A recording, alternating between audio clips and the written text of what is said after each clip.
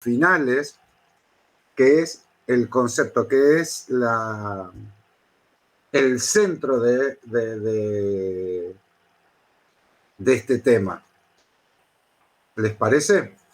Y en todo caso ustedes me consultan, me van preguntando cosas que no entiendan conceptualmente. ¿Qué dicen?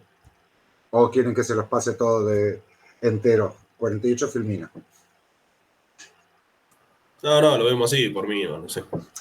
Me parece que es más tipo diálogo, que es más, entre comillas, tipo clase particular, más que una clase de exponer el tema. Entonces, si no les parece mal, yo voy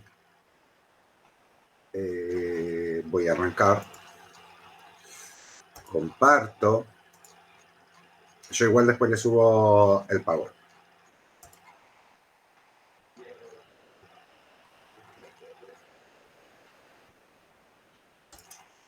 Y que ustedes entiendan el fundamento de este tema. Pero sí, vamos a arrancar.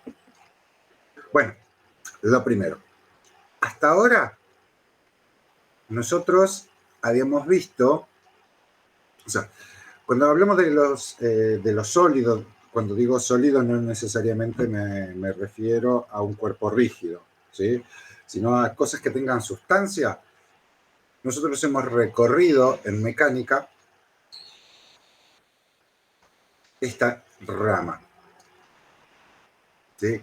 Cuando utilizamos partículas, nosotros usábamos una idealización. Nada tiene cero dimensión, cero volumen. Todas las cosas tienen algún volumen. Subimos esta rama donde terminamos viendo dentro de los cuerpos sólidos los cuerpos rígidos, ¿sí? La parte deformable, que vimos apenas, le dimos un pequeño vistazo porque vimos simplemente la ley de Hooke, eso lo vamos a ver en Física 2. Ahora, la parte que vamos a encargar es la parte de fluidos, que es la que nos queda, donde hay una idea preconcebida de que los fluidos son líquidos. No, no son solamente los líquidos, sino que son todo tipo de sustancias donde las fuerzas de interacción entre las moléculas no son tan fuertes como la de los cuerpos sólidos.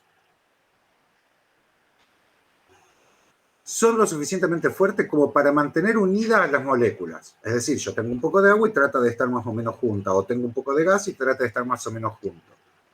Pero son lo suficientemente blandas como para adaptarse al contenedor.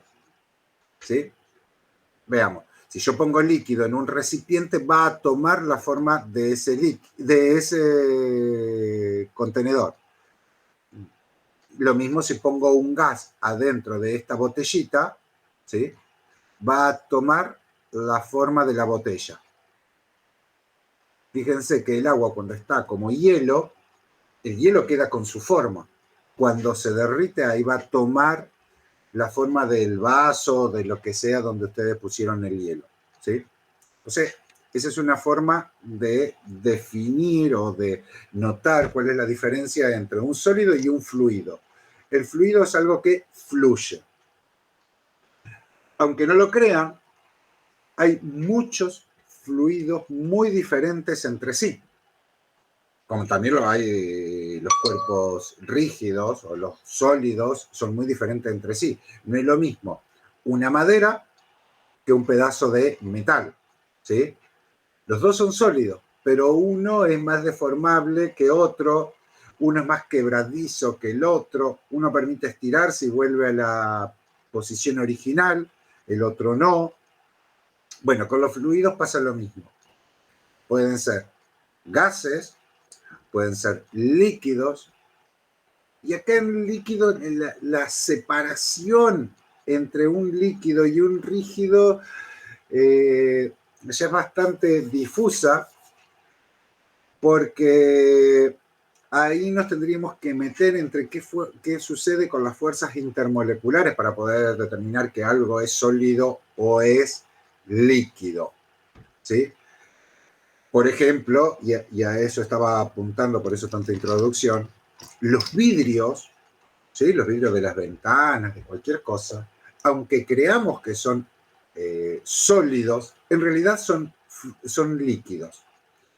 Son líquidos que fluyen, confluyen, quiero decir que se deslizan, se mueven solitos para tratar de adaptarse al contenedor, fluyen de manera muy, muy, muy lenta. En edificios muy antiguos, las viejas catedrales europeas, las ventanas, que debería tener vidrios de esta manera, ¿sí? Uno los mira y en realidad están así, a esta altura.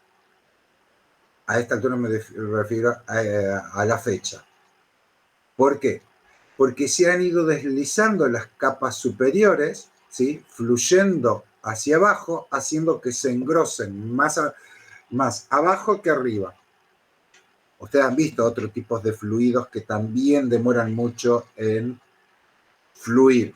Disculpen que hago esta redundancia, pero no hay otras palabras para usarlo. Por ejemplo, la brea. La brea es un fluido que demora muchísimo en moverse, pero se mueve, a la larga se mueve. Entonces, déjenme que...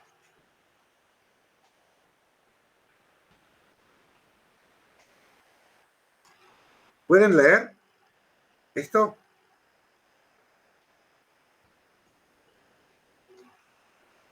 Sí, sí. Bueno, les paso este pequeño videito y después seguimos, pero de manera rápida. Esto es lo más lento que voy a hacer porque es introducción.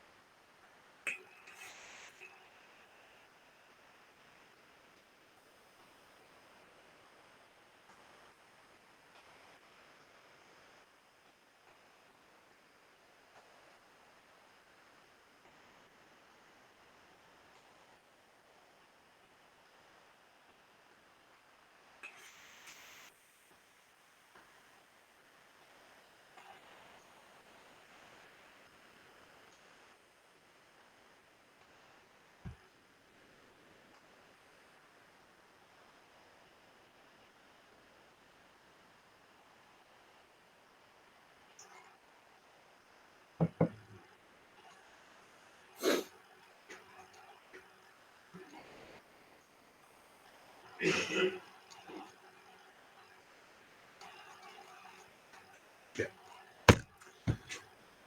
Habiendo visto esta pequeña introducción, permítanme, vuelvo aquí, para hacerlo más sencillo, más práctico. Cuando nosotros, primero, seguimos en mecánica, por lo tanto, la base de todo, eso no está puesto en el PowerPoint, es solamente acá que se los estoy explicando de esta manera para hacerlo más dinámico. Por lo tanto, presten atención. Cuando hablamos en mecánica, la base de todo, ¿sí? Son dos cosas. La segunda ley de Newton,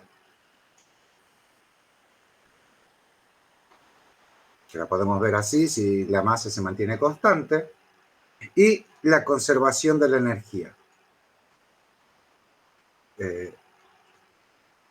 la conservación de la energía. Todo se basa en esto. Pero esto funciona para partículas. Entonces lo readaptamos cuando íbamos a trabajar con cuerpo rígido, cambiando masa por momento de inercia. ¿Qué más? Bueno, y todas las cantidades lineales, empezando por la velocidad, por cantidades angulares. ¿Qué pasa cuando nos venimos acá a fluidos? Claro, yo logré adaptarlo, pero ahora cuando yo toque algo, toque un poco de agua, yo voy a hundir algunas partículas, ¿sí? Vamos a suponer que tengo la superficie de un lago. Meto el dedo, este es mi dedo, ¿sí? Con mi uña. ¿Qué va a pasar? No se me va a mover todo junto como se me movía en el caso de las partículas, ni siquiera va a rotar como pasaba con el cuerpo rígido, sino que se va a deformar de una manera muy particular. Este es mi dedo, ¿sí? Se me deforma, manteniéndose unido todo el fluido. Ojo, la idea es que se mantenga unido, porque también lo podría separar. Pero vamos a suponer que se mantiene unido, pero se deforma todo. Todo sucede punto a punto, ¿sí? Ya no es un objeto sólido como los anteriores, pero tienen que seguir valiendo estas leyes. Entonces, atrás de todo lo que ustedes van a ver en este PowerPoint, están metidas estas leyes, porque sigue siendo mecánica, ¿sí? Pero están disfrazadas de tal manera que ya no voy a utilizar la masa, sino que voy a utilizar otra cantidad, una cantidad que describa un cuerpo extendido. Cuando digo extendido quiero decir con un volumen grande, pero que lo describa punto a punto. Y entonces vamos a empezar a utilizar otras magnitudes. Por ejemplo, ¿qué me describiría algo? ¿Qué me describiría la masa punto a punto de un volumen grande? Bueno, lo que me lo describe es una cantidad que ustedes ya conocen, que es la densidad, ¿sí? Que es la masa sobre volumen. Eso está fantástico, porque me está diciendo en un cuerpo voluminoso, un punto cualquiera de ese cuerpo, ¿cuál es la masa que tiene? En cualquier parte. Esta masa, o mejor dicho, esta densidad, puede ser variable, ¿sí? Puede ser que sea más denso en esta zona y menos denso en esta zona. Pero toda esa información está metida aquí, en la densidad, que antes ni siquiera el momento de inercia. Bueno, el momento de inercia me daba cómo era la distribución alrededor de un eje. La densidad es de todo el volumen, ¿sí? Independientemente de los ejes. Y la otra magnitud importante, porque si miro la parte de la segunda ley de Newton, es que cuando yo aplico una fuerza, ¿sí? La fuerza es aplicada sobre todo el objeto. Aunque lo haga rotar como un torque, porque hace rotar a la totalidad del objeto. Entonces esa fuerza está aplicada sobre todo el objeto, en un punto particular, pero sobre todo el objeto. En cambio, si ustedes miran cómo se me deformó mi fluido, no está aplicado sobre todo el objeto. Está en una parte pequeña, solamente válida en el punto de aplicación. Y entonces, en lugar de fuerza, vamos a utilizar otra definición, que es la presión. Que la presión la vamos a definir como una fuerza sobre área. Aquí déjenme comentar una cosita que después se los voy a volver a repetir. fíjense que no les puse vector. En realidad debería ponerle vector a los dos, porque fuerza es una cantidad vectorial. Área también es una cantidad vectorial. Si ustedes ya estuvieron viendo en análisis, supongo, análisis 2, ¿vieron funciones en más de una variable o análisis vectorial o algo por el estilo? Donde todas las superficies las pueden definir a través de dos versores.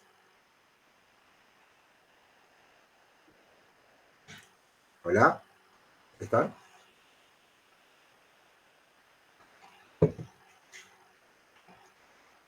¿Están ahí? Sí, No, bueno, estaba pensando.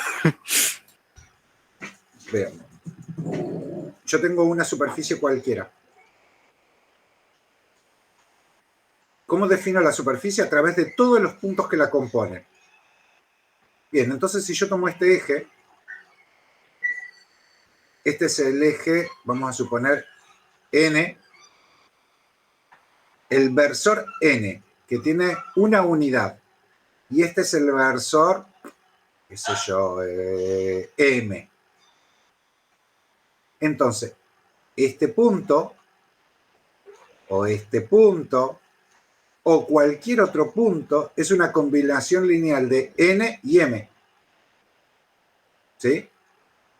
Porque tengo su coordenada X, su coordenada Y. O sea, a través de dos versores, entonces yo puedo describir toda la superficie a través de vectores. Bien, pero estos vectores son combinación lineal de estos dos. Bien. Pero si puedo describirlo a través de dos vectores, eso, como habíamos visto con el producto vectorial, puedo decir que esta superficie la puedo representar a través de un solo vector. Ah, qué pavote que le puse N. Déjenme que le ponga U. U a este.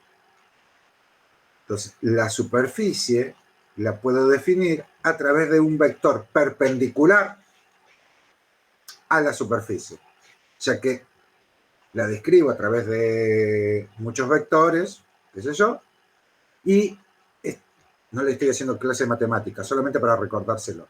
Y para decirles, las superficies son cantidades vectoriales, ¿sí? Porque son en dos dimensiones. Bien. Entonces, Profe, sí, y en el caso de la ecuación anterior de la densidad, el volumen también lo podríamos sacar de forma vectorial, digamos, en tres dimensiones, ¿no? no, porque el volumen es una cantidad, no es una cantidad vectorial, sino podés llamarlo que es una cantidad paramétrica, ¿sí? Porque va a depender o puede variar, mejor dicho, la densidad va a ser una cantidad paramétrica. No depende vectorialmente, pero sí de parámetros, como la profundidad, vos podés decir que algo. Claro, por eso decía yo, definirlo, digamos, En este como parámetro tiene una... vectorialmente en tres dimensiones. Claro, no. No, pero sí paramétricamente. Claro. Bueno, de todas maneras, el área es una cantidad vectorial, ¿sí? Pero no está definido el cociente entre vectores. Ustedes vieron que siempre nosotros decimos producto vectorial, producto escalar, producto de un escalar por un vector, pero nunca decimos la división entre vectores, porque no está definido.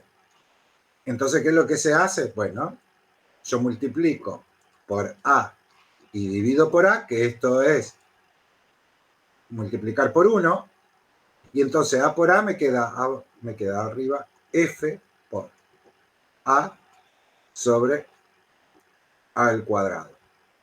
A por A es un escalar, y entonces ahí me resuelvo el problema de dividir por vectores. Pero más allá de esa sutileza, ¿qué me está dando? Me está dando que la presión, que es una fuerza por unidad de área, es decir, una fuerza en un solo punto, ¿sí? Porque estoy en la unidad del área, es una cantidad escalar.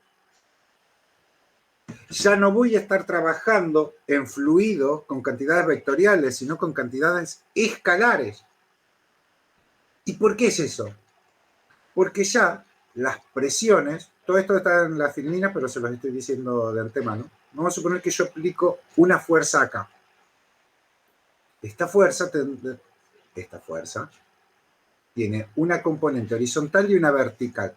La verdad es que esta horizontal se va a propagar en toda la superficie y no le va a hacer absolutamente nada. Y solamente me quedan las fuerzas perpendiculares, ¿sí?, a los fluidos.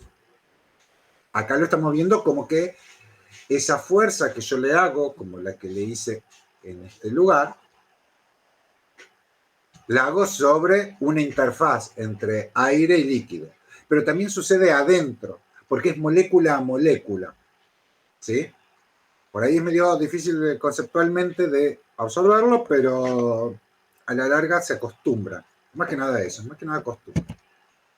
Habiendo definido eso, acá está lo que les estaba diciendo, es un conjunto de moléculas dispuestas al azar. Esto es muy diferente, fíjense, dispuestas al azar. Si nosotros miramos acá, en los sólidos, en la mayoría de los sólidos, porque hay sólidos que son amorfos, como la madera, y hay otros sólidos que son ordenados, ¿sí?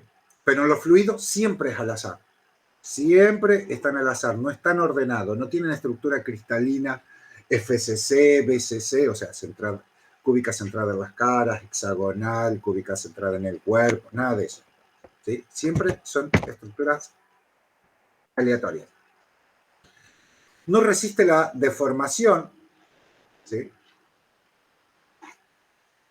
No resiste deformación y ofrece resistencia pequeña o nula a fuerzas cortantes. ¿Qué fuerzas cortantes? Imagínense que yo tengo un pedazo de sólido así.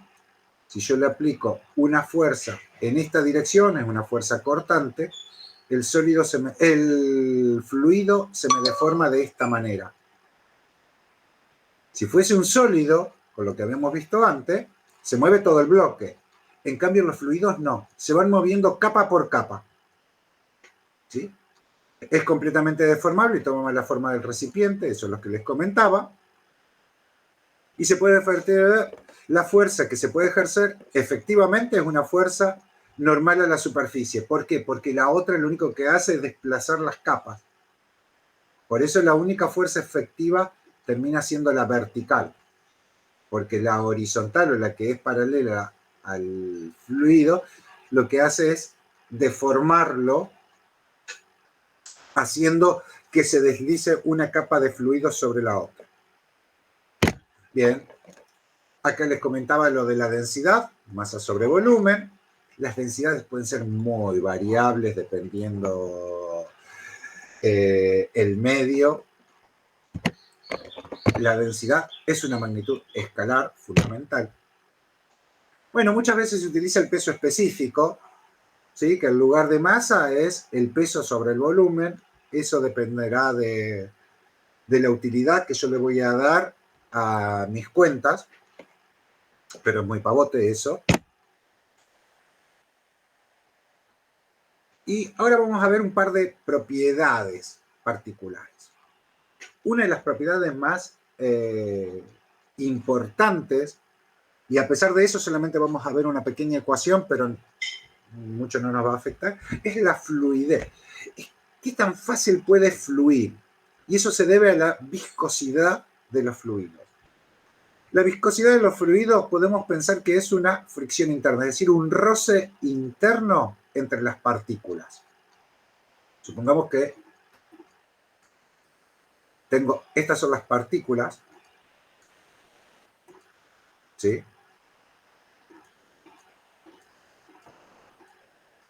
Si yo hago deslizar esta primera capa de arriba sobre la de abajo, entre las dos, fíjense para que suceda este grafiquito que les hice acá, se tienen que ir deslizando una capa sobre la otra.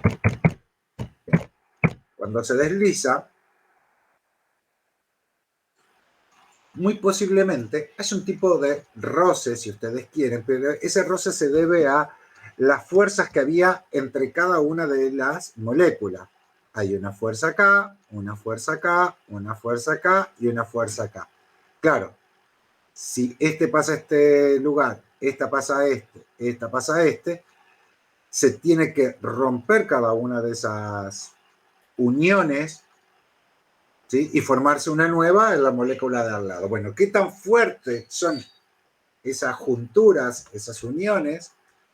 Me va a dar cuál va a ser la resistencia interna que hay. Eso es lo que nosotros llamamos viscosidad, ¿sí?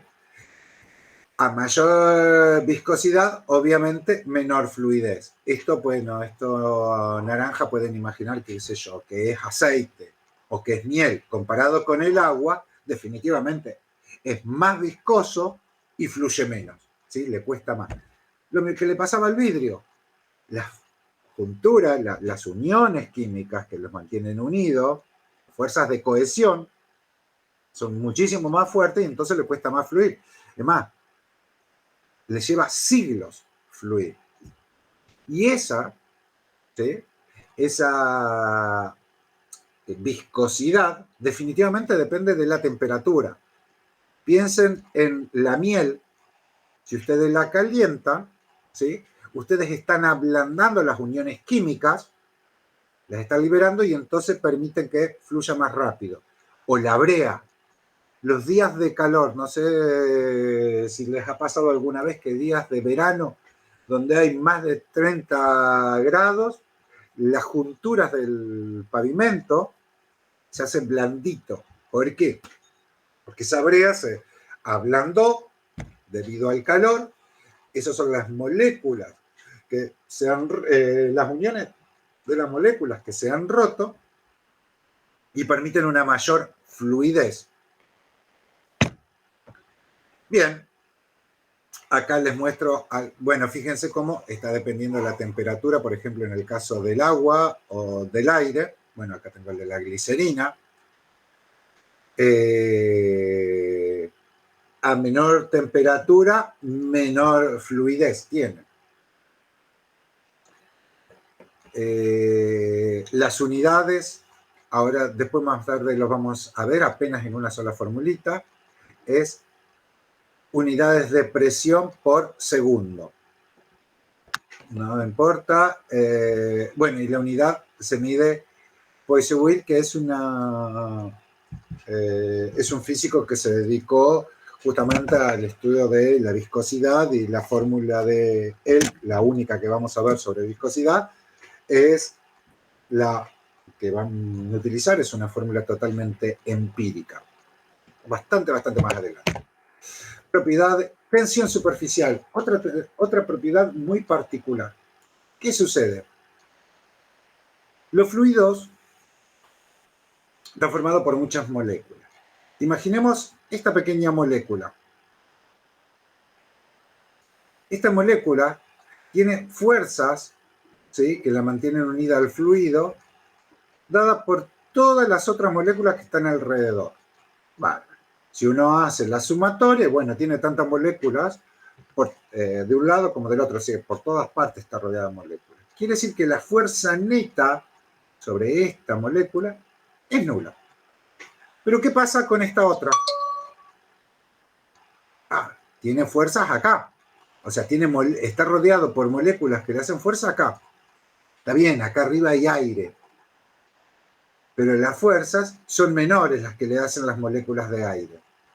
Por consiguiente, si yo miro, cada una de estas moléculas tiene una fuerza neta hacia abajo. ¿Estamos de acuerdo? Esa fuerza neta hacia abajo hace que cada una de las moléculas que están en el borde del fluido tratan de irse hacia el centro. Ese es el origen de las gotas de agua, y que las gotas de agua sean esféricas. ¿Por qué son esféricas? Porque todas las moléculas que están en el centro, que están en el borde, tratan de todas irse hacia el centro. Obviamente, por una cuestión de espacio, no se van, tienen que quedarse en el borde. Pero de esta manera, al tener todas estas fuerzas que apuntan hacia el centro, igual que estas apuntan hacia el seno del fluido, hace que la superficie sea siempre la menor posible. ¿Eso se entiende? Que los fluidos tratan de tener la menor superficie posible. ¿Por qué? Porque al tener la menor superficie posible, a su vez, minimizan la energía interna del fluido. Y como yo siempre he dicho, la naturaleza es muy haragana y trata de utilizar la menor cantidad de energía. La menor cantidad de energía interna es cuando minimiza la superficie. Profe, una pregunta. Sí. Y tomando que no, que todas las moléculas tienen la fuerza que tienden a ir para abajo en ese caso. Sí. Las demás fuerzas, como las moléculas que están en el medio, ¿serían de reacción? Exacto. Sí. Claro. Sí, sí, sí, sí. Funciona exactamente de esa manera.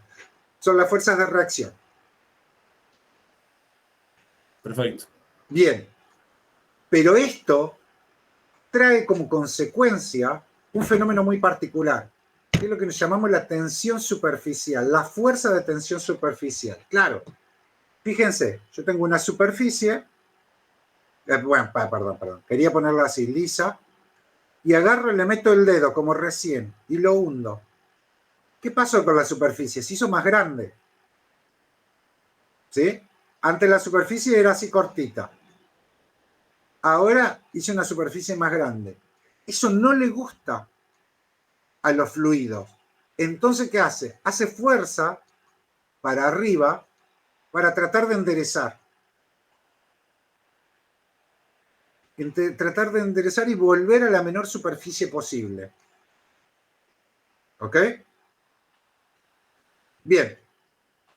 Esa fuerza es lo que nosotros llamamos fuerza de tensión superficial. Es una fuerza provocada por la superficie, exclusivamente por la superficie. No tiene que ver con la flotabilidad ni nada por el estilo. Exclusivamente por el fenómeno de la superficie. Entonces trata de que todo este bordecito vuelva a ser el menor posible, porque acá yo estiré la superficie. Y esa fuerza, empíricamente, se encuentra que es gamma por L, donde L es el contorno que yo deformé. Si yo lo miro desde arriba, yo meto mi dedo tiene este contorno. ¿Sí? Entonces, bueno, vamos a suponer que fuese un cilindro mi dedo. El L, en ese caso, sería 2pi por el radio de mi dedo. Si yo quiero hundir un bloque rectangular, bueno, será 4 veces L. Perdón, 4 veces L. El L total, el perímetro, es 4 veces la longitud de cada lado. Y gamma es un coeficiente que depende del líquido. Vieron que hay líquidos que es más difícil hundir el dedo que otros. Fíjense que si ustedes se tiran un clavado, se tiran a la pileta de un clavado, si ponen el cuerpo finito, claro, este L, si ustedes están así, vamos a poner los piecitos derechitos y esto así, claro, el perímetro es esta cosa. Ahora, si ustedes se tiran de panza, el perímetro es todo este, es mucho más grande. Entonces, el L es mucho más grande. La fuerza que les hace el agua es mucho más grande. Y mamita que te duele la panza después de... te queda todo colorado. ¿Por qué? Porque es mucho más difícil romper la superficie. Bueno, obviamente el gamma, al igual que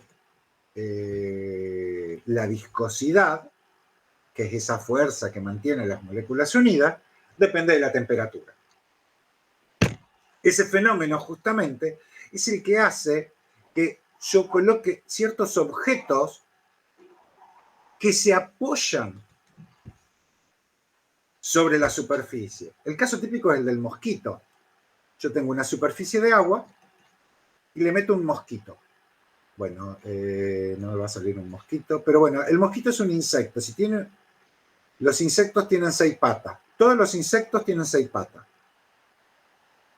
¿Una araña es un insecto? Esta es una pregunta. Es un arácnido, no sé. Sí. Bien, es un arácnido. No, no es un insecto porque tiene 8 patas. Vos lo dijiste muy bien, es un arácnido. Los arácnidos tienen 8, los insectos tienen 6. Es una pavada lo que le acabo de decir, esa es cultura general simplemente. Bien, pero tienen 6.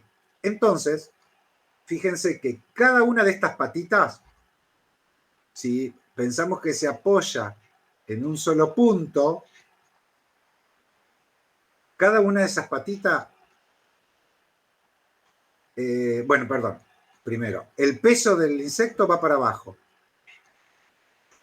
Y en cada una tengo una fuerza de tensión superficial, F gamma, F gamma, F gamma, etcétera, etcétera, F gamma. Entonces, 6 veces la fuerza de tensión superficial es igual al peso del mosquito. Y esto va a ser 6 veces por gamma por el perímetro de cada una de las patas. Es decir, por 2 pi por el radio de la pata del mosquito. ¿Sí? Esto es lo que hace que se pueda mantener el mosquito. Ahora fijémonos, por ejemplo, una aguja de longitud L. Bueno, si yo la miro si la miro de frente, o sea, si pongo mi ojo acá, esto es, la aguja está acá. Esta es la puntita de la aguja, suponiendo que la hice muy exagerada. Tengo una fuerza hacia allá y otra fuerza hacia acá. Miremos, de este lado, esta componente, la componente superficial, se me va a anular con esta componente superficial y solamente me queda la componente hacia arriba. Pero tengo dos lados, de un lado y del otro lado. Si esto mide L, el F gamma, la fuerza de tensión superficial, va a ser gamma por 2 veces la longitud de la aguja. ¿Sí? Suponiendo que sea lo suficientemente finito. Sí, no importa porque esto también se me va a anular. Muy finito. Si tengo un anillo, va a ser el radio, como en este caso, el radio interior más el radio exterior. Fíjense que acá el anillo sucede esto. Esa es una cosa. ¿Qué dirección tiene la fuerza de tensión superficial? Y presten atención a lo que le dije. La tensión superficial evita que se deforme. Quiere decir que si yo meto mi dedo y lo deformo de esta manera, porque metí mi dedo hacia acá, la fuerza de tensión superficial va hacia arriba. Ahora, hay veces que yo tengo mi superficie y tengo metido adentro, qué sé yo, algo, una pelota, y la saco con un hilo, cuando están pescando. ¿Qué pasa? Cuando la pelota está saliendo por acá, se forma esta deformación, o cuando está saliendo la pelota. ¿Sí? La pelota cuando está saliendo. Ahí está.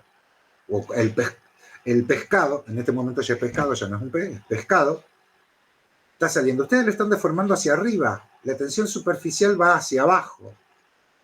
¿Sí?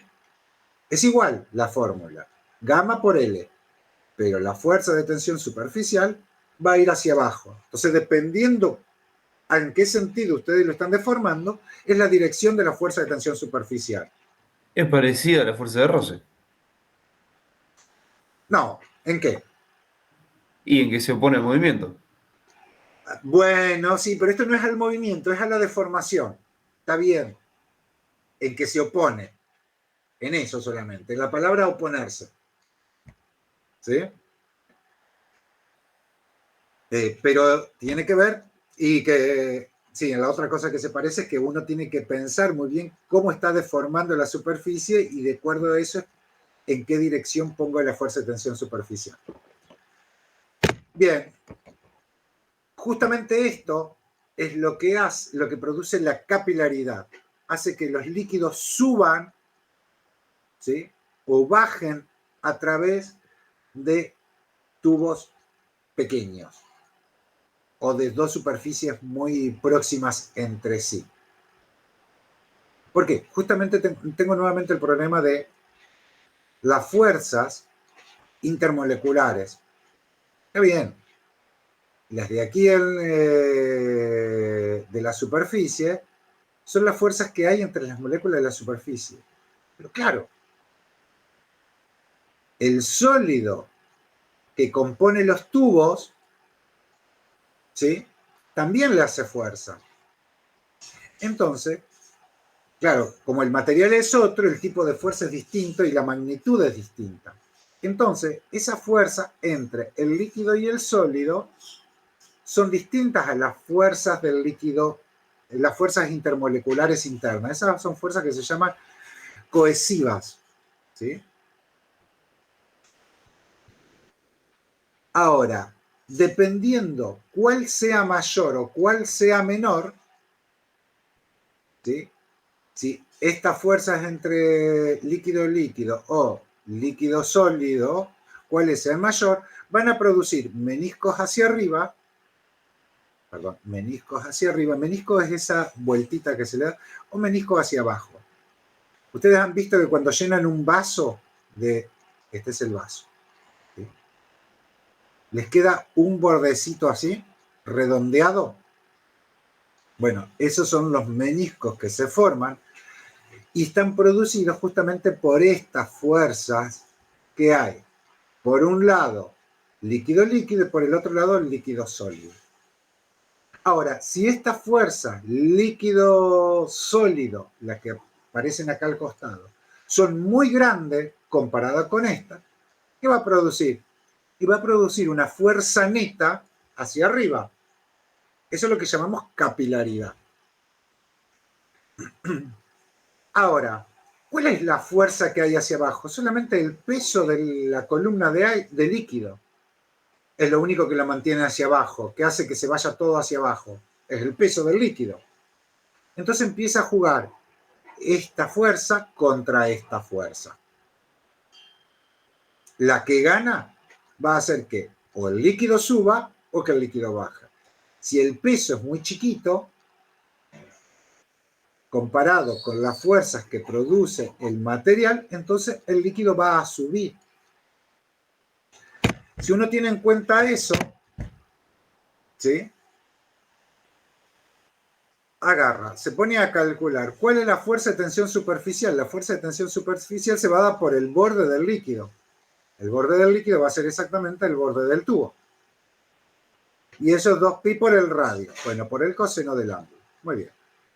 Y esto tiene que contrarrestarse con el peso del líquido, es decir, con lo que pesa esta cantidad de líquido. ¿Y esa cantidad de líquido cuánto es? Es la densidad por el volumen. La masa es densidad por volumen. Y eso será esto. Si hago todas esas cosas, ¿cuánto va a subir? ¿Cuánto va a valer esta altura H? ¿Cuánto va a subir un líquido?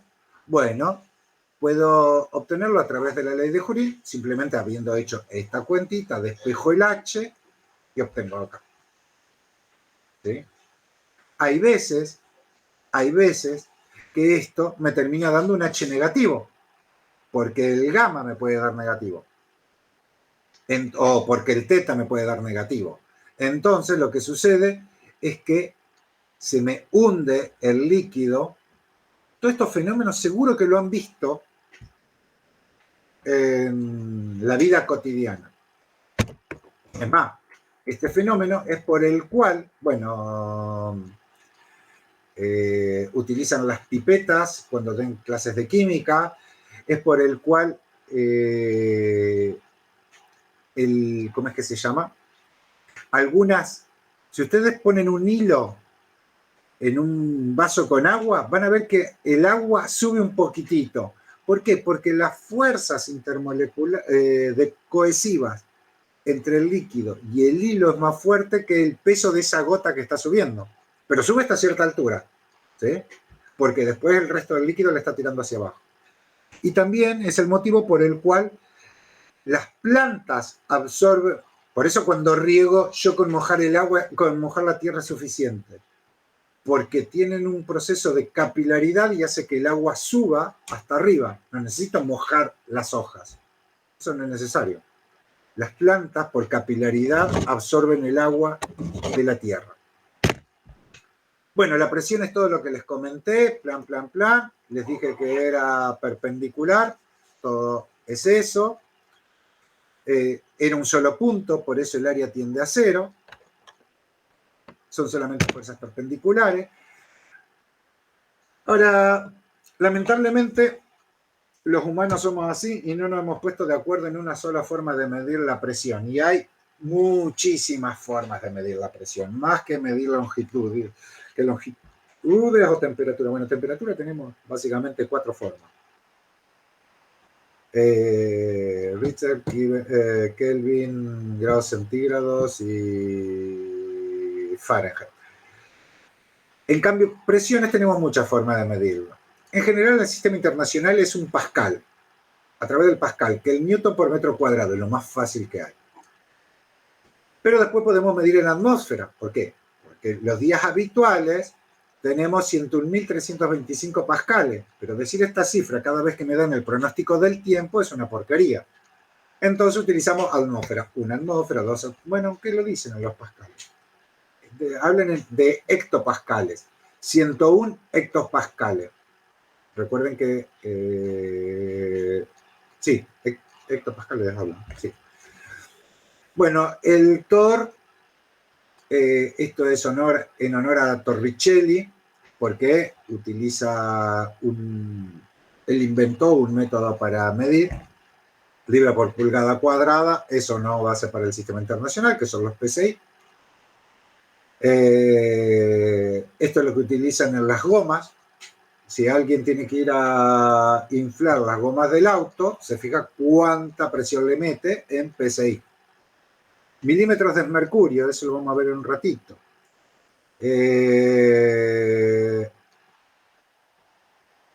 Una atmósfera son 760 milímetros de mercurio, y eso está hecho por la forma de medir que se inventó a través de una columna de mercurio. Eso lo vamos a ver en un ratito. Bien, este es un ejemplo muy pavote. Les digo, bárbaro, si tengo un colchón que pesa una cierta cantidad, ¿sí? Un colchón de agua, ¿cuánta presión estoy haciendo? Perdón. Sí. No, dije perdón porque le puse P al peso y la presión también es con P, pero acá en el ejemplo puse P mayúscula el peso y cuál es la presión que hago sobre la superficie sobre la cual voy a apoyar el colchón de agua. Bárbaro, presión termina siendo el peso total sobre el área total. Es muy pavota la cuenta.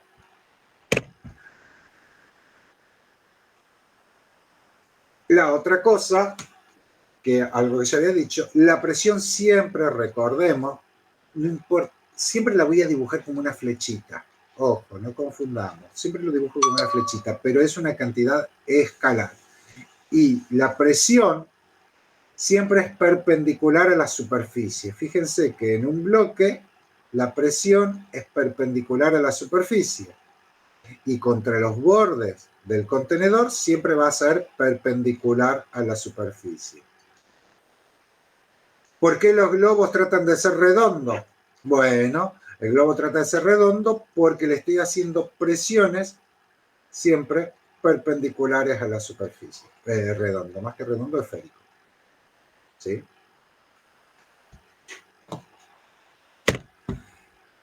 Bien. Si uno, no se los voy a describir paso a paso, si uno agarra todo el líquido Esto es como una pecera con líquido.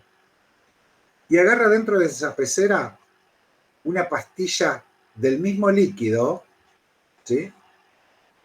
Y dice, bueno, sobre la superficie de arriba tengo una fuerza P y sobre una superficie de abajo tendré P más delta de P.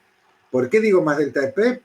Porque esta pastilla tiene cierto peso, pesa una cierta cantidad. Entonces la presión abajo no es la misma que la presión arriba.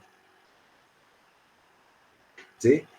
Es la presión provocada por el propio líquido, porque estoy hablando, todo es el mismo líquido, no es que yo metí una pastilla de otro material. Si uno hace esa cuenta y se fija cuánto vale delta de P, uno encuentra esta expresión, ahora se las escribo un poquitito más linda, que es lo que se llama el principio de Pascal. El principio de Pascal me dice que las presiones solamente dependen de la altura, en la posición vertical en la que estoy, similar a lo que pasa con la energía potencial. ¿Sí? La presión solamente, siempre y cuando estoy dentro de un mismo fluido. Fíjense que utilizo una sola densidad, que es el equivalente a la masa y que me describe el material. Si estoy dentro del mismo fluido, de lo único que depende es de la altura donde yo estoy mirando las presiones. Entonces, el mismo cambio de presión aplicado a cualquier punto de un fluido se transmite a cada una de sus partes. Entonces, fíjense, la presión acá termina siendo lo mismo que la presión, pero la presión acá termina siendo lo mismo que la presión acá, que la presión acá, que la presión acá, que la presión acá. ¿Por qué? Porque están todos a la misma altura, independientemente de la forma que tenga el tubo. Y la otra cosa que habla de diferencias de presiones. Quiere decir que si yo en este punto le aumento la presión, le va a aumentar a este, le va a aumentar a este, le va a aumentar a este y le va a aumentar a este. Pero no solamente eso, sino que como entre esta altura de abajo y esta altura de arriba hay un delta de altura, también hay un delta de presión. Quiere decir que si yo le cambio la presión acá, también le voy a cambiar proporcionalmente al de arriba. Y por consiguiente a este, a este, a este y a este. La presión, es decir, los cambios de presión se transmiten. La presión acá tiene que ser igual a la presión acá, porque yo dije que dependía de la altura. ¿Sí? Es más, fíjense en esto. ¿Cuánto vale la presión acá? Es una sola, no hay dos. Y todo acá vale lo mismo. Todo en la parte de abajo vale lo mismo. ¿Por qué? Entonces, ¿cuánto aguanta este punto y este punto? Si tiene la misma presión, tiene que estar aguantando la misma cantidad de peso. Quiere decir que lo que pesa esto, esta columna, más la presión esta que hay acá, o mejor dicho, que hay todo acá, tiene que ser igual a lo que pesa esto, más lo que pesa esto, más la presión atmosférica. ¿Sí? Bueno, pero como lo que pesa esta parte de la columna es igual a lo que pesa esta la simplifico, la anulo. Anulo toda esta parte y me quedo con lo que es diferente. Y lo que es diferente es para la rama A. Para la rama A es la presión atmosférica más lo que pesa esta columnita. Y para la rama B es simplemente lo que, perdón, para la rama B es lo que pesa P, es la presión que hay adentro de mi tubo. Entonces, puedo igualar esto con esto y puedo decir que el peso en P es la presión atmosférica más esto, pero yo ya conozco ρ. lo único que tengo que hacer es medir H. Si conozco H, sé la presión atmosférica, sé cuál es la presión adentro de cualquier tanque. ¿Me siguieron? Sí, sí. Bien, bueno, esto es lo mismo. Es el mismo ejemplo.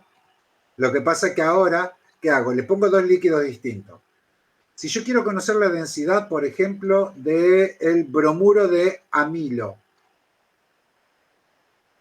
pongo un líquido que conozca, por ejemplo, el agua, que su densidad es, del agua pura, la densidad es 1. Y no conozco esto. Bueno, pongo una cierta cantidad del líquido desconocido, me fijo qué altura tiene y me fijo cuál es la altura de agua que se me forma del otro lado. Entonces yo sé que el peso de todo esto tiene que ser igual al peso de todo esto. El peso de esa columna de agua tiene que ser igual al peso de la columna de bromuro. ¿Sí?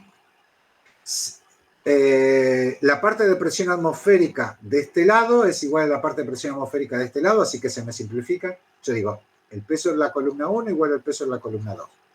Perdón, la presión en la columna 1 igual a la presión en la columna 2. Cada uno es P0 más el ρ por el G por el H. P2 es P0 por ρ por G por H. ¿Por qué la presión atmosférica es la misma? Porque están aguantando lo mismo. Está bien. Esta columna de aire, esta diferencia de columna de aire, comparado con los varios kilómetros que vos tenés hacia arriba, esto no pesa nada. Ah, o sea, es despreciable, digamos. Sí, está en el decimal 38 más o menos. Está bien, está bien, está bien. La presión atmosférica, sí, efectivamente es diferente, pero está en el decimal 38 la diferencia. Claro, claro. Entonces, ni cuenta. Bueno, entonces los igualo. Perfecto. Cuando lo hago, simplifico todo y solamente me queda. Fíjense que depende de las alturas, que eso lo mido con una regla, y de las densidades. Como esta densidad la conozco, la del agua, solamente me queda la densidad desconocida. Y ese es el método que se utiliza para conocer la densidad de los líquidos. ¿Sí? Otra propiedad muy particular. Fíjense que estamos todos en fluidos que están quietos. No se están moviendo.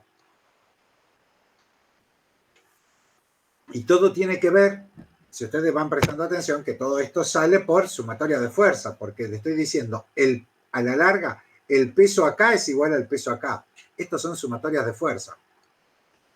¿Sí? Igual a 0. No se están moviendo. Bueno, pero una cosa más o menos pasa con el principio de Arquímedes. El de... ¿Ustedes escuchaban a Lelutier? ¿Conocen a Lelutier? Son jóvenes, pero ya lo conocen. ¿De por qué la gallinita dijo Eureka? Esa es una vieja anécdota de que Arquímedes, cuando descubrió esto, le pegó el grito a su mujer, que se llamaba Eureka. Él se estaba metiendo en una pileta, y sí, se estaba por pegar un baño y vio que el agua desbordaba y ahí se le ocurrió hacer esto. Es casi como lo de la manzana de Newton.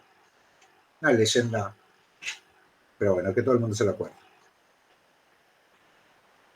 Cuando un objeto se sumerge, fíjense esto, se los voy a dar. Bueno, el principio de Arquímedes dice esto: todo cuerpo sumergido sufre una fuerza ascendente llamada empuje, que es igual al peso del líquido desplazado. Y ahora se lo explico. Tengo un vaso acá. Después miren bien la fórmula, pero es bastante sencillo. Si entienden la idea, ni siquiera se tienen que acordar de la fórmula. Es más, yo nunca me la acuerdo. La deduzco sabiendo de qué se trata. Tengo un fluido. ese fluido tiene una cierta densidad. Ahora, yo agarro y meto este cubo, que tiene un cierto volumen.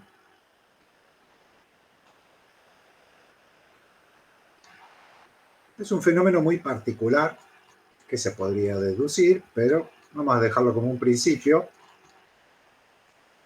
porque no nos va a afectar en nada. ¿Ven dónde está este cubo? Antes ahí había agua, pero ya no hay más. Quiere decir que en alguna parte yo podría calcular cuánto vale esa cantidad, cuánto vale el peso, perdón, de esa cantidad de agua que ya no está.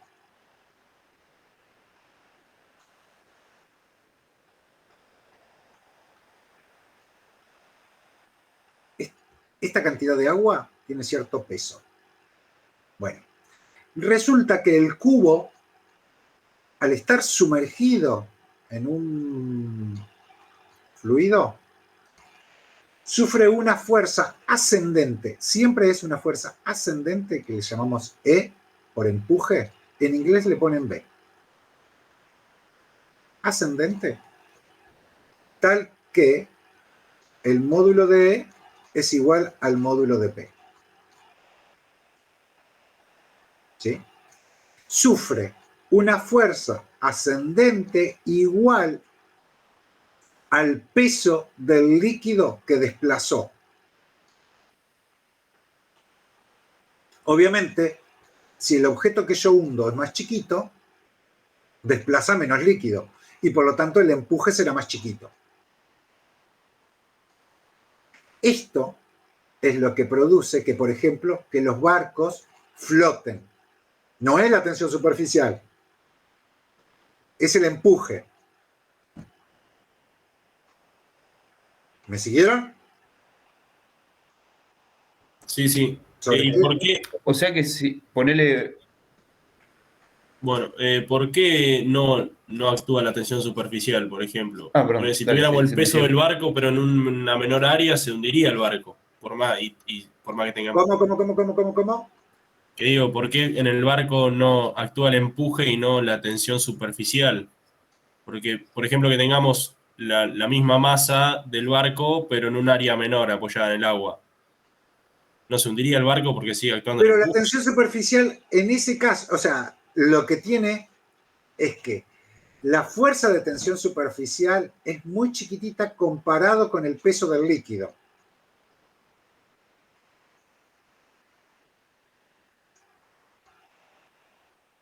O sea, actuaría, pero no haría casi nada. Veamos. Actuaría, pero es ínfimo. O no actúa porque, digamos, el barco hay una parte que está hundida, ¿no? Es ínfimo, fíjate. Esto es agua. La fuerza de tensión superficial actúa solamente en el perímetro. Es esta cosita. Es acá, pero es este bordecito, es el borde solamente. Y es chiquitito, porque gamma es relativamente chico. Ahora, ¿cuánto pesa toda esta cantidad de agua de mar? De mar o de agua simplemente. Imagínate que 10 centímetros cúbicos es 1 kilo. Es muchísimo. ¿Sí? 1 centímetro cúbico es 1 kilo. 10 centímetros cúbicos es 1 kilo. O sea, un bloque de 10 centímetros por 10 centímetros por 10 centímetros pesa 1 kilo. Es una cantidad de fuerza apreciable. ¿Me siguen? En cambio, el borde, la fuerza de tensión superficial, si bien existe, es relativamente débil. Fíjense que yo lo único que utilicé para la tensión superficial, fíjense mis ejemplos. Les puse un mosquito, les puse un clip. También se hace con una Gillette. ¿Ubican la Gillette? Ustedes también. Sí. ¿Por qué? Porque la Gillette tiene mucho borde y poco peso. La tensión superficial es debido al borde, pero no al peso. Y ahora le estoy diciendo la parte que va con respecto no al peso, sino al volumen, porque es el peso del líquido. Ahora lo que necesito para que esta fuerza sea interesante es tener bastante volumen desalojado, volumen de líquido. Entonces, por un lado, tengo, vamos a suponer que hundí el objeto rojo. Tengo el peso del objeto rojo y por el otro lado el empuje del peso. Bien, dependiendo cuál sea más grande, si P o el empuje, este no es el peso del líquido, sino el peso del objeto. Y el empuje es el peso del líquido. Depende cuál sea más pesado, es si el objeto se hunde o flota. Pero el peso termina dependiendo de la densidad. Entonces, cuál sea más denso es si flota o si se hunde. Por eso los corchos son menos densos que el agua y flotan. En cambio, meten una esfera de metal o algo pesado dentro de un líquido y se hunde. ¿Sí? La Si, fuerza neta sobre el objeto... Sí, perdón. perdón, si el líquido es muy profundo y vos metés, en el No, no caso importa ese... lo profundo. No, pero Bueno, digo, sí, porque, importa. Importa a la larga, importa lo profundo también. claro, digo, si vos metés una esfera de metal o un bloque o algo que sea más o menos pesado, si lo metés en un líquido, se hundiría hasta cierto punto y quedaría ahí, digamos, no siempre llegaría a tocar fondo, Veamos. por lo del bloque, digo. Estamos mezclando... Por el principio de Arquímedes, digo. No, por el principio de Arquímedes, o se hunde o no se hunde. Vos tenés Ah, sobre bien, mi objeto una fuerza neta, que es igual al peso del objeto menos el empuje. Pero el peso del objeto es la densidad del objeto por G por el volumen del objeto. Si está completamente sumergido, el volumen del objeto es igual... cada volumen sumergido es todo. claro. Estos dos B son iguales. Y Claro, entonces lo único que te queda básicamente es una diferencia de densidades. bien. Entonces, si el peso es igual al objeto, el peso es igual al empuje, el objeto está en equilibrio. Ya sea que esté total o parcialmente. ¿Tengo el gráfico? No, no tengo el gráfico. Veamos. Situación 1. Situación 2. Esto es agua. Tengo el objeto completamente sumergido. Y tengo un objeto parcialmente sumergido. Otro color. Otro color.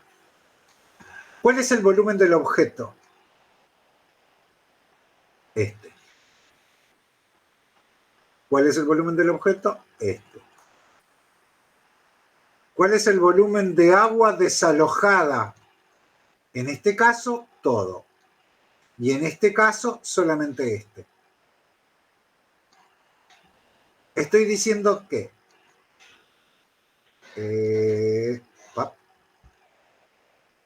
el peso de ese volumen, el peso de ese volumen es igual al empuje. Es a lo que pesa ese volumen de sustancia, si vos querés. Claro, y en ambos casos el peso y el volumen van a ser el mismo. No. El peso rojo es el mismo en los dos casos, pero el peso azul es menos, porque fíjate que acá es todo esto y acá es solamente esto. El volumen sumergido. El volumen sumergido es la cantidad de volumen de agua que desalojó. Claro. el volumen del objeto sí es el mismo para los dos. Y por consiguiente, el peso, Claro. porque Bien, la densidad es la misma. bien. Ahora, En cambio, en el líquido, no. En el líquido, acá desalojó un volumen grande y acá desalojó un volumen chico. Por lo tanto, la densidad de este líquido tuvo que haber sido más grande para que igual fuesen iguales el peso con el empuje. claro, claro. Quiere decir que, vamos a suponer que es el mismo objeto el que estoy metiendo, el mismo bloque de madera. ¿Qué fluido es más denso? ¿Este o este?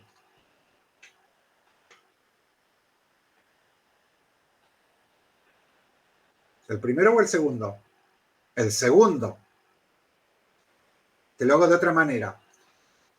Tengo un vaso con agua y un vaso con aceite.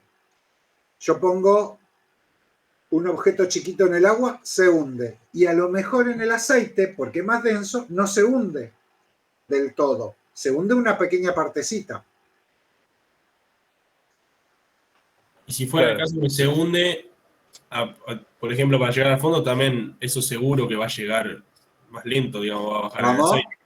En el aceite, digo, si fuera el caso que se hunden los dos líquidos, en los dos fluidos, Bueno, pará. Por ahora, si estos son iguales, si esto es igual, porque el peso es igual al empuje, entonces, si yo lo dejo sumergido a cierta altura, se va a quedar a esa altura. ¿Estamos de acuerdo? Pero vamos a suponer que P en realidad es mucho más grande, o un poquito más grande que el empuje. Esto va a ser igual a masa por aceleración. Perdón, Javi, perdón que te interrumpa. Ahí dijiste justo lo que yo te preguntaba. Ah, ajá. Con eso de que el cuerpo, O sea, hay tres casos posibles. digamos, vos lo podés sumergir hasta un punto en donde quedaría Si son, suspendido. si son iguales, sí. Claro. Si logro que sean iguales. Pero si es más denso, va a estar masa por aceleración y se va a empezar a hundir hasta que llegue al fondo. quedaría suspendido en la superficie. Una vez que está hundido, no es que va a quedar hundido y suspendido, digamos. No. ¿Cómo hundido Claro, en la o superficie? sea, Cuando digo hundido, O está sea, metido dentro del agua. O sea, una vez que se hunde, va hasta el fondo. No es que si está suspendido, queda suspendido solamente en la superficie. Pero acordate, sí, hay tres casos posibles. claro, creo que Estos son los tres casos posibles. Mira, acá estaban escritos. Que el peso sea igual que el empuje. Entonces, va a estar en equilibrio. Sumatoria de fuerza igual a 0. Va a estar parcial o totalmente sumergido. ¿Sí? Parcial o totalmente sumergido. Que el peso sea mayor que el empuje. Entonces se va a acelerar y se va a hundir. Y que el peso sea menor que el empuje. Estaba sumergido y va a salir a la superficie. Eso es lo que pasa. Son las tres cosas posibles. claro. Y en el primer caso, que está en equilibrio, ¿no? Sí. O está parcialmente sumergido, y al estar totalmente sumergido, Sí. no se acelera y se hunde. Estaría como suspendido, pero sumergido. Exactamente, como le pasa a los peces. Perfecto. Los peces se inflan, en realidad absorben aire o largan aire y demás para subir o bajar. ¿Quién más lo hace eso? Lo hacen también los globos aerostáticos, calentando el aire que hay en el interior. ¿Por qué? Porque el aire caliente es menos denso. Entonces logran subir o logran bajar. ¿Sí? Claro, eso en el caso, o sea, el empuje tiene como un límite, pero y lo que sería el peso no. Exacto. Entonces tiene que pasar que poner el peso del objeto sea igual a ese empuje, para que te dé la suma de la fuerza neta 0. Exacto. Bien. Y lo loco Claro, es que perdón. si vos agarraste en una cosa. Vamos a suponer que sucede. que el peso es igual al empuje. Ojo, que para que el peso sea igual al empuje tienen que tener, y esté totalmente sumergido, mi objeto, ¿qué tiene que suceder? Que la densidad del objeto tiene que ser igual a la densidad del líquido. Es decir, tiene que ser agua con agua, aceite con aceite, o dos sustancias que tengan exactamente la misma densidad. Claro. La madera es más densa que el agua. Entonces nunca va a quedar en equilibrio, a menos que yo haga un bloque de madera y lo haga hueco adentro y calcule exactamente para que este volumen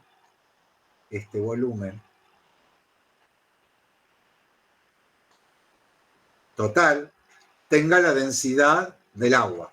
Entonces yo lo puedo poner en cualquier parte del líquido, acá, a esta altura, a esta altura, a esta altura, y va a quedar flotando adentro del agua a una cierta altura particular. Claro, porque una vez que ya está sumergido, no va a variar el empuje. Claro, no se va a ir ni para arriba ni para abajo.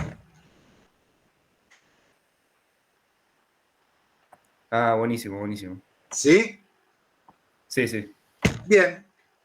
Hay un viejo ejercicio muy típico que es que a un rey, también de esas leyendas, pero que es un ejercicio de libro, le quieren vender gato por liebre y que en realidad le quieren hacer una corona de oro, pero en realidad está bañada en oro y no es de oro macizo. Entonces, ¿qué es lo que hacen? Agarra y se pesa a la corona en el aire y luego se pesa en el agua. ¿Sí? Acá se pesa en el aire y luego se pesa en el agua. Perdón, perdón, acá me olvidé de cambiarlo porque está sacado del inglés. Y se hace un jueguito de comparar esa y ver si la densidad que se hunde coincide, o sea, conociendo la densidad del agua, puedo conocer la densidad del objeto que metí. Tiene que estar totalmente sumergido, por entonces los volúmenes son iguales. El volumen desplazado es igual al volumen del objeto que sumergí. Con eso puedo obtener la densidad de este objeto, de esta corona. Y entonces, al obtener esa densidad, me puedo fijar, ¿esa es la densidad del aire? Perdón, ¿es la densidad del oro? Bueno, y con eso, con el ejemplito de acá, me dice que no, que la corona no estaba hecha de oro sólido. Después miren el ejemplo, porque esto es largo. Otra cosa, otro ejemplito. Tengo un globo hecho de plomo. Fíjense que solamente el borde está hecho de plomo y adentro hay aire. ¿Pero cuánto líquido desalojé? ¿El líquido que desalojé es igual al volumen de plomo? No, es al volumen de aire más el volumen de plomo. Es igual al volumen de líquido. ¿Sí? Entonces, yo puedo determinar hundiendo todo y logrando que el empuje sea igual a cero, obviamente. Que la suma de la fuerza neta es igual a cero, con el cual el peso es igual al empuje. Puedo determinar cuál es el espesor de ese globo de plomo. Porque me fijo cuál es el peso total y cuánto pesa el agua equivalente. Ustedes podrían decir el agua equivalente a ese globo. ¿Se entiende? Comparo, los igualo, que es lo que me hace el principio de Arquímedes. Compara el peso del agua con el peso del globo total.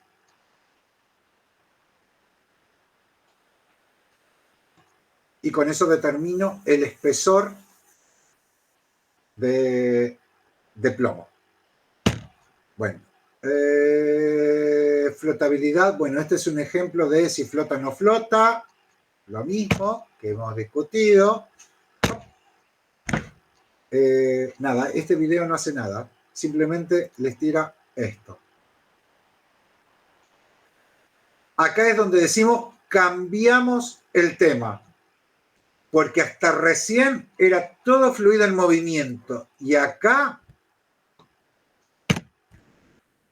el fluido fluye. ¿Sí? Todo lo anterior era todo quieto. Y esas son todas las definiciones. A partir de acá solamente vamos a ver 3 pavaditas. 3 pavaditas bastante importantes, pero son 3 pavaditas. Pero para eso hay que pensar en ciertas características que pueden tener los fluidos que se están moviendo, los que fluyen. La verdad que analizarlo es recontra complejo. Hay todas materias, los que vayan a, no sé quién de ustedes va a tener alguna de estas materias, como mecánica de fluidos y demás, es muy complicado. Muchas de las relaciones son relaciones empíricas, es decir, que se sacan experimentalmente, no se pueden demostrar muy bien matemáticamente. Se las podemos explicar, pero no demostrar.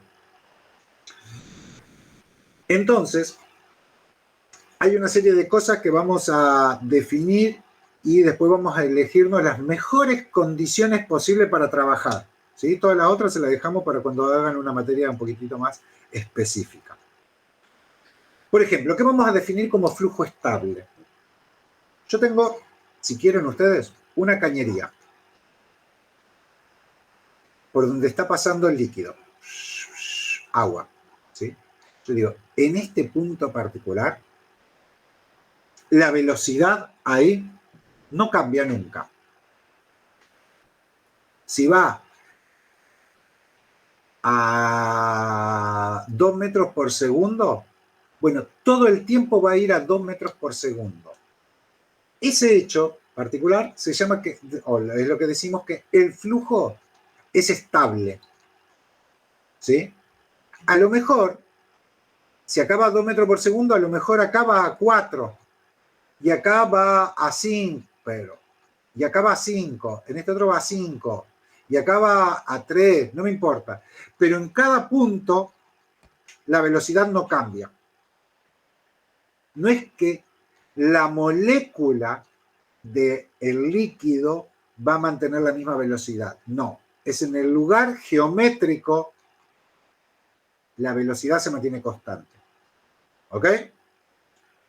Bien. ¿Qué vamos a llamar línea de flujo? Bueno, la línea de flujo, eso sí, va a ser la línea que sigue cada una de las moléculas del fluido. Que puede ser muy variable. Por ejemplo, este es un diagrama de las líneas de flujo. Y línea de corriente, bueno, será la curva tangente a cualquier punto. Teniendo eso en cuenta, vamos a tener groseramente 2 tipos de flujo. Uno que se llama laminar y otro que se llama turbulento. ¿Sí? El laminar, claro, yo puedo identificar ciertas láminas donde las trayectorias no se cruzan. En cambio, en el flujo turbulento, y la verdad que es un desastre. Porque se forman remolinos, parte de las moléculas que en cierto momento pertenecen a una línea pasan a formar parte de la otra y así. ¿Sí? Entonces, en general, esta no la vamos a analizar en esta materia, en esta sola clase, porque es bastante caótico el movimiento y es bastante impredecible. En cambio, este otro es mucho más predecible. Y eso es lo que sí vamos a poder analizar.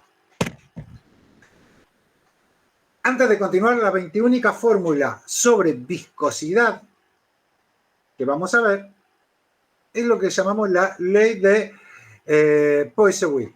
Recuerden que las unidades de viscosidad, que las vimos en las primeras filminas como una de las características de los fluidos, se medían en Poiseuille, que era Pascal por segundo. Y recordamos también, por definición, no vamos a hacer la deducción, ni mucho menos, sino que vamos a tratar de entenderla nada más. La viscosidad era como un roce interno. Si el flujo es laminar, entonces el roce es entre las diferentes capas de esas láminas. Y pensemos lo siguiente. La capa que está más contra el borde de la superficie de una cañería tiene una velocidad cero. ¿Por qué? Porque están pegadas a la cañería y por consiguiente esa capa prácticamente no se mueve. En cambio, las capas que están más en la zona central de las cañerías tienen un poco más de libertad de moverse.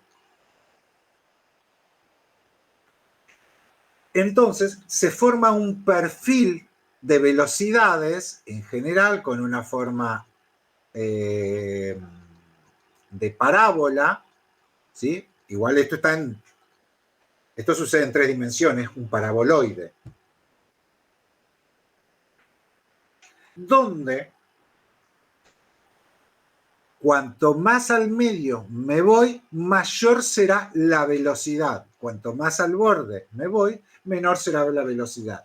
Y esa velocidad depende de la viscosidad del material. ¿Qué sería lo más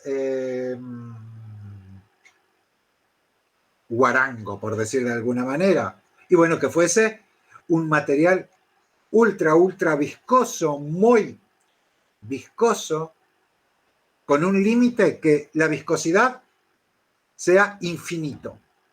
Si la velocidad es infinito, ¿sí? Esto no se movería. Cuanto menor es la viscosidad, esto se va a mover cada vez más rápido. Entonces,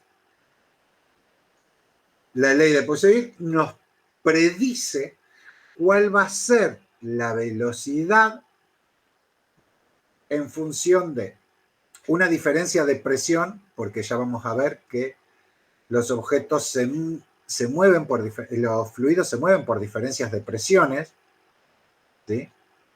¿Qué quiere decir una diferencia de presión? Bueno, que acá tengo una fuerza hacia allá y acá tengo una fuerza hacia acá. Si P1 es más grande que P2, se mueve hacia la derecha. Si P2 es más grande que P1, se mueve hacia la izquierda. Y depende del radio. Bueno, perdón, y del coeficiente de viscosidad, ¿eh? Y del radio. Fíjense que cuando la distancia del centro al radio de la cañería se iguala, claro, esto prácticamente tiende a cero, o tiende a cero, ¿sí? Para que esto suceda, el flujo tiene que ser totalmente laminar, ¿sí?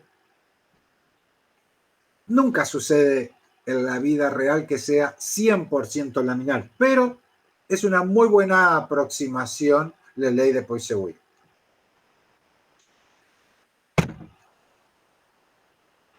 De ahora en más, las 2 cositas que nos quedan, vamos a trabajar con fluidos ideales, ¿sí?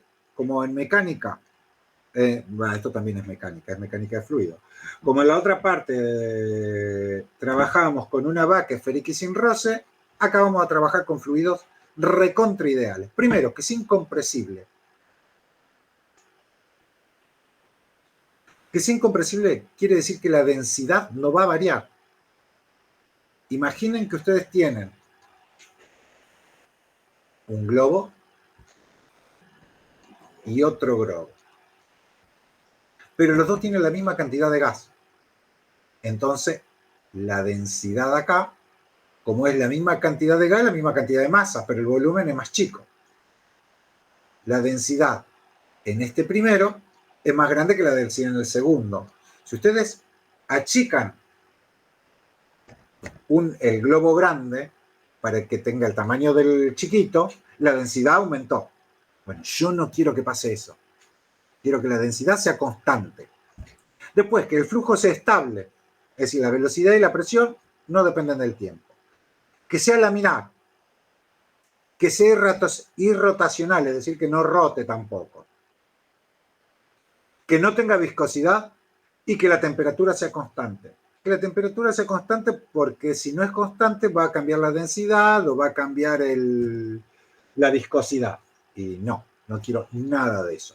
¿Sí? Quiero las mejores condiciones del mundo. Si hago eso, puedo encontrar dos ecuaciones. Esta es la primera. Digo que si supongo que tengo una tubería que en una parte tiene un área 1 y en otra parte tiene un área 2. Esa área 1, en cierto momento, la hago de cierto ancho. Un ancho que sea B1 por diferencial de ancho. ¿Qué es B1? Es la velocidad del líquido en ese lugar. Entonces, fíjense, B1 ¿qué ancho? Por tiempo. B1 por tiempo, esto es igual a X. X por el área es volumen. Quiere decir que acá tengo un volumen de líquido.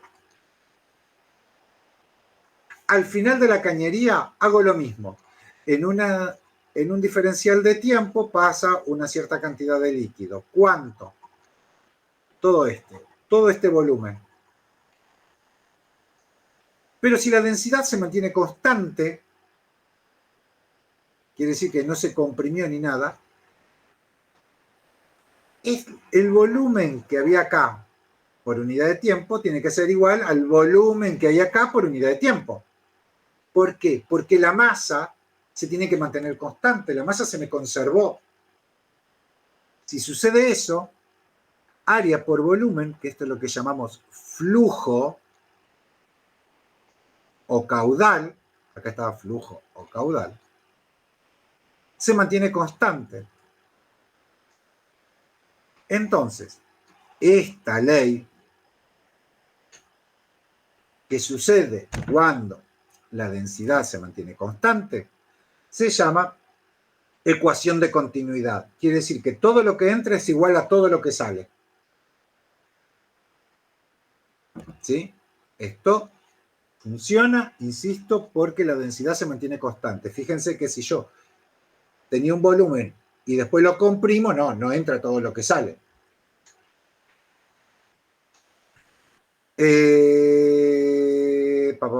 Esa es la ecuación de continuidad, que tiene como origen, todas estas son preguntas de finales, la conservación de la masa. La masa no se pierde.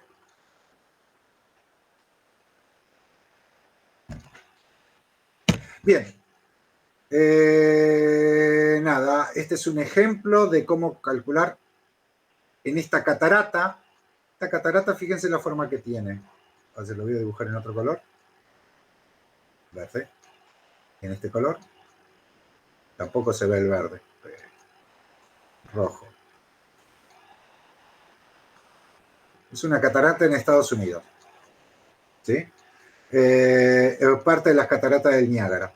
Se llama cascada de Horseshoe. Horseshoe. Es decir, de herradura. Era más fácil decirlo en español. De herradura. Esta cascada tiene de ancho, así, 2 metros.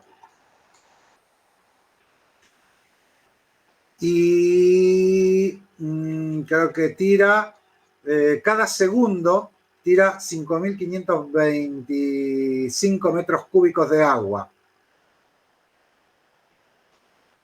Y bueno, pregunta cuál es la velocidad en cierto instante cuando caen al fondo y demás. Listo, lo calculo a través del flujo, porque el área por la velocidad es el volumen sobre tiempo.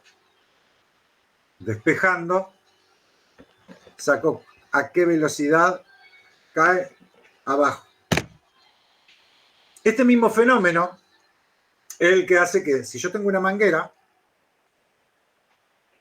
y lo hago finito en una punta, claro, como todo lo que entra es todo lo que sale, ¿sí? Si acá entra a una velocidad chica porque el área es grande, entonces reduzco el área y aumenta la velocidad. Y eso es lo que sucede cuando estoy regando y que te tapo una partecita la manguera, ¿sí? Hace que el agua salga más rápido. Y mi segunda ecuación importante es la ecuación de Bernoulli. Ahora hago un poquitito más complejo el gráfico. Digo, no solamente tengo un caño donde reduzco el área o cambio el área, ¿sí? Recuerden que el volumen tiene que ser igual a todo este volumen. Por eso ahora este es más ancho que el espesor es más ancho en la segunda parte que en la primera. Ahora también pongo una diferencia de altura. La parte de abajo está en una altura I1 y la segunda parte está en una altura I2. Y no solamente eso, sino a su vez hago una cierta presión abajo y por consiguiente también tengo una presión arriba. ¿Y ahora qué utilizo? Principio de conservación de la energía. ¿Sí? Digo que la fuerza no conservativa es igual a la variación de la energía mecánica. ¿Y qué es el trabajo? Es fuerza por distancia. Pero la fuerza, ¿de dónde viene? La fuerza viene de las presiones. ¿Sí? La fuerza es presión por el área. ¿Sí? Entonces, la fuerza, que son estas, por el desplazamiento, acá tengo presión, la fuerza es presión por área. El desplazamiento es ese. Pero ahora, el área por el desplazamiento es el volumen. ¿Sí? Hago lo mismo para la presión de un lado que del otro. Y con eso voy a tener el trabajo neto, no conservativo. Y para la energía cinética, bueno, la energía cinética era un medio de la masa por la velocidad al cuadrado. Divido todo por, la masa es igual a densidad por volumen. Entonces hago el cambio de variable. Cambio masa por densidad-volumen, masa por densidad-volumen, y me queda esta expresión. Y la energía potencial del tercer término, bien, la energía potencial hago los mismos cambios. Densidad por volumen, densidad por volumen. Meto todo y obtengo que, que este primer término, un medio, ¿dónde está? No está separado. Acá, que el trabajo de la no conservativa es igual a la variación de la energía potencial más la variación de la energía cinética. Si separo todo lo que es de un lado con lo que es del otro, o sea, todo lo que tenga subíndice 1 y lo que tiene subíndice 2, me dice que esta expresión es igual a toda esta, y son idénticas. Pero yo no dije exactamente dónde estaba el punto 1, a lo mejor estaba acá, o estaba acá, o estaba acá. Y siempre se mantienen igual. Entonces puedo afirmar que la presión más un medio de ρ por la velocidad al cuadrado más, este signo más está de más ρ por g por i, es igual a una constante. Y esta es la ecuación de Bernoulli, que me habla, como la otra me hablaba de conservación de la masa, esta me habla sobre la conservación de la energía. Y tiene una muy linda particularidad. me dice que si yo aumento como esto tiene que permanecer constante, si aumento la presión, por ejemplo, tengo que disminuir la velocidad, o viceversa. Si aumento la altura, tengo que disminuir la velocidad o hacer cambios para ir compensando. ¿Sí? Y esos ejemplos hay 3 millones. Y son los que se usan en muchísimos aparatos donde yo necesito medir velocidades. Por ejemplo, en el tubo de Venturi, que es un tubo donde el área, acá le llamé S al área, se achica.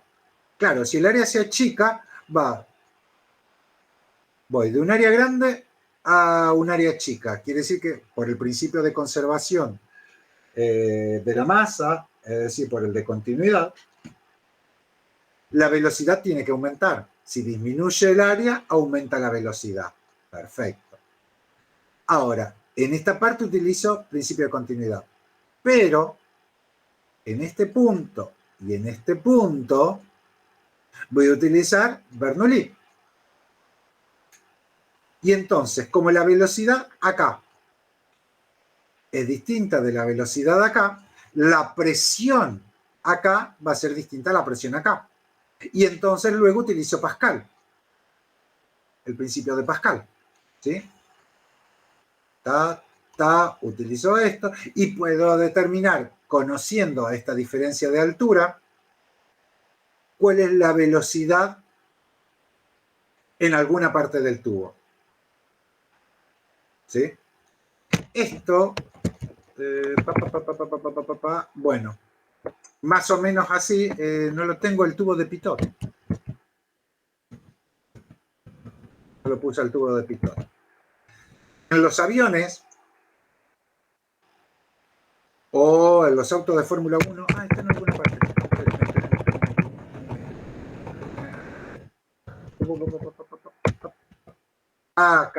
Acá tengo el tubo de Pitot. No sé si han visto los autos de Fórmula 1, si alguien mira Fórmula 1, o si han visto los aviones, que tienen un tubito así en forma de L. Es el tubo de Pitot.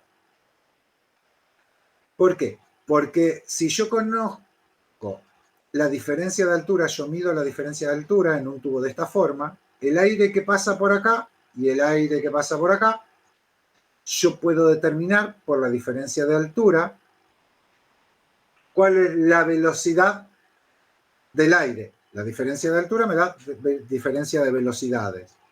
Entonces, puedo determinar, si asumo que adentro no tengo velocidad y afuera sí, que la velocidad del aire es igual, con sentido contrario, a la velocidad del vehículo. ¿Sí? Los aviones miden la velocidad a través del tubo de Pitot, lo mismo que los autos de Fórmula 1. ¿Sí? Obviamente no tiene una diferencia de altura de líquido, sino que es un sensor electrónico, pero basada en la diferencia de altura de un líquido. Otra cosa, ley de Torricelli. Bueno, otro ejemplo típico es, yo tengo un tonel lleno de líquido. Le hago un agujero. Resulta que puedo comparar este punto con este punto, según Bernoulli, el punto 1 con el punto 2. Yo digo, el punto 2 está a una altura 0 y el punto 1 está a una altura 1. Fíjense que tengo que utilizar para Bernoulli la misma línea de corriente. Yo puedo encontrar un punto de líquido que que recorra ambos puntos de comparación. Si no, no es válido.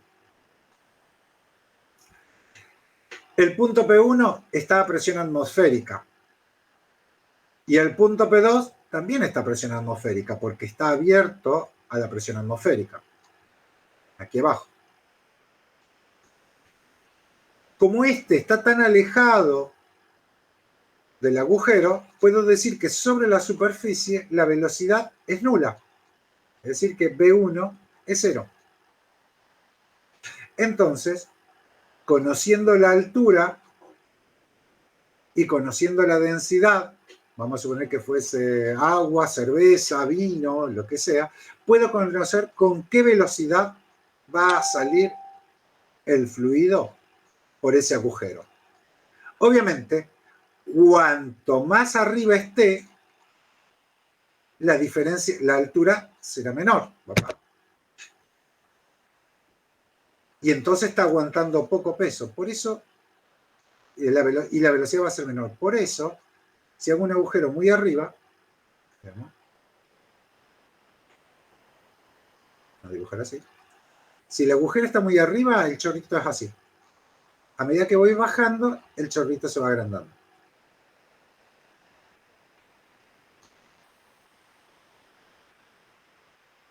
¿Sí?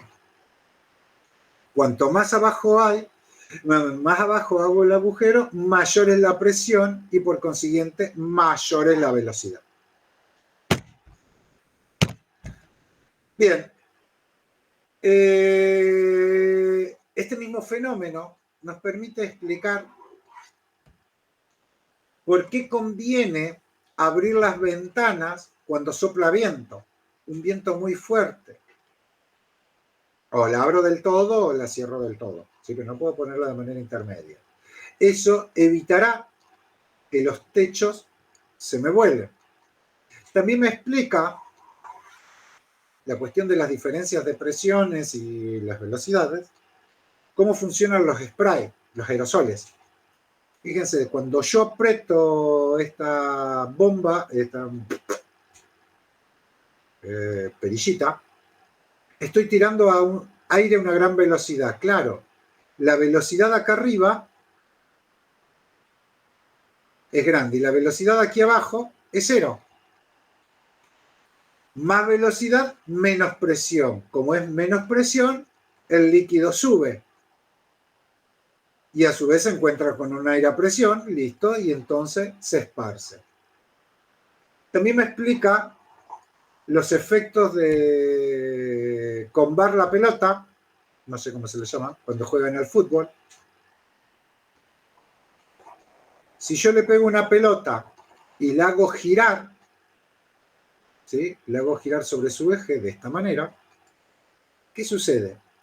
La velocidad del aire aquí va a ser menor que aquí, porque en una va a favor... esto está así, girando así. ¿Sí? ¿Por qué? La velocidad hacia allá del aire, ahí si sumo es mucho más fácil ver. La velocidad acá es menor que la velocidad de este lado. Si la velocidad, acá tengo velocidad chiquita, velocidad grande. Quiere decir que esto va a ser presión grande, presión chiquita. Entonces, como hay más presión, la pelota termina yendo hacia abajo. Es decir, va a terminar describiendo esta cosa. ¿Sí? La pelota viene así. Girando. Es el efecto que logramos cuando le pegamos de costado una pelota jugando al fútbol. También es el mismo fenómeno que hace que los aviones puedan volar. Los aviones tienen esta forma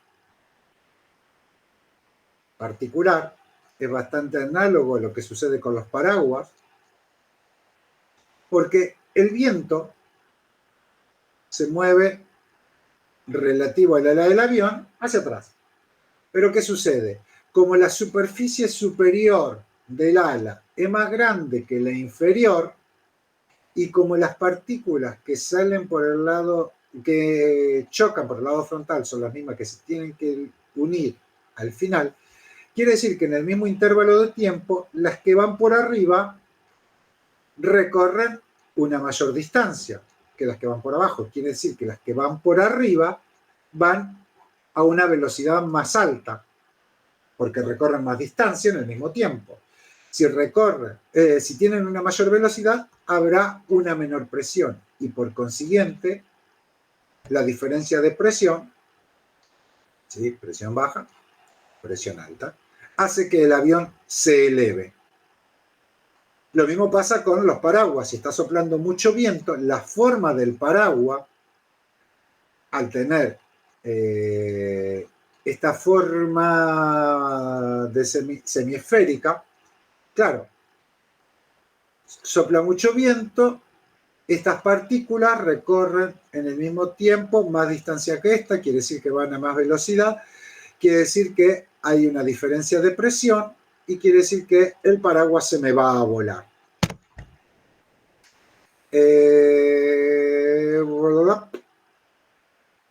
Bueno, la ley de Stokes.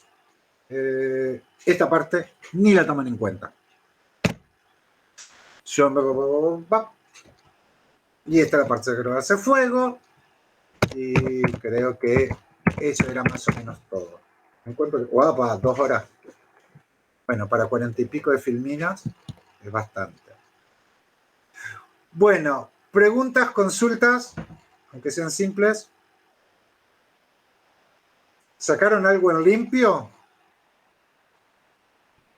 No me importa tanto los ejemplos, que los pueden mirar luego tranquilos, sino la parte conceptual, que sea quien sea que les vaya a tomar el final, les va a preguntar. Seguro que alguna cosa de fluidos le pregunta. ¿Sí? Puede ser Bernoulli, principio de continuidad, Arquímedes,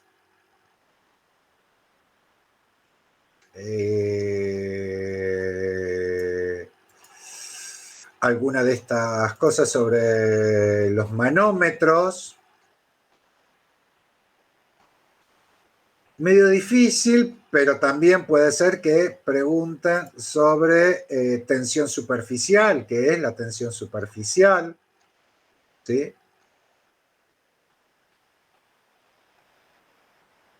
Y también es medio difícil que les pregunten sobre viscosidad, pero bueno, puede llegar a suceder.